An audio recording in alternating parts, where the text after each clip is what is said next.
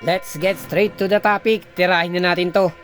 Inconsistent na mga teammates at maling pag-ikot kay Soto ang naging dahilan kung bakit natalo ang Kushigaya Alpas kontra Akita Happinets.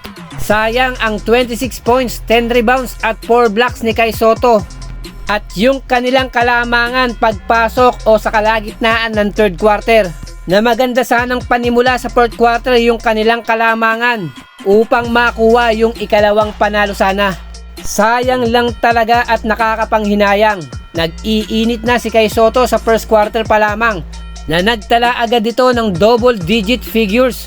Na ang masakit dito sa second quarter, pinasok si Kai Soto sa late minutes na lang ng laban.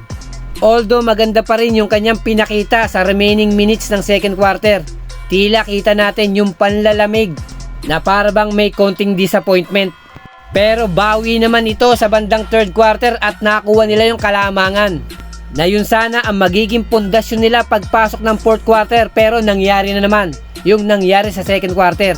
Nag-init na sa third quarter, pinalamig naman sa unang yugto o minuto ng fourth quarter. Na yun na nga ang sinemantala ng Akita Happinets habang wala yung Kai Soto.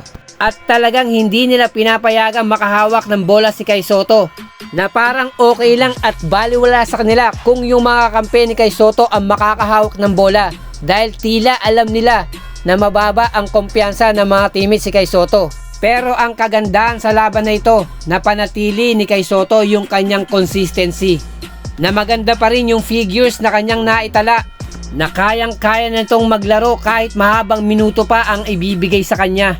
Ito lang po ang hindi ko malaman. Kitang-kita na ni Coach Sansay yung mga mali sa kanyang diskarte.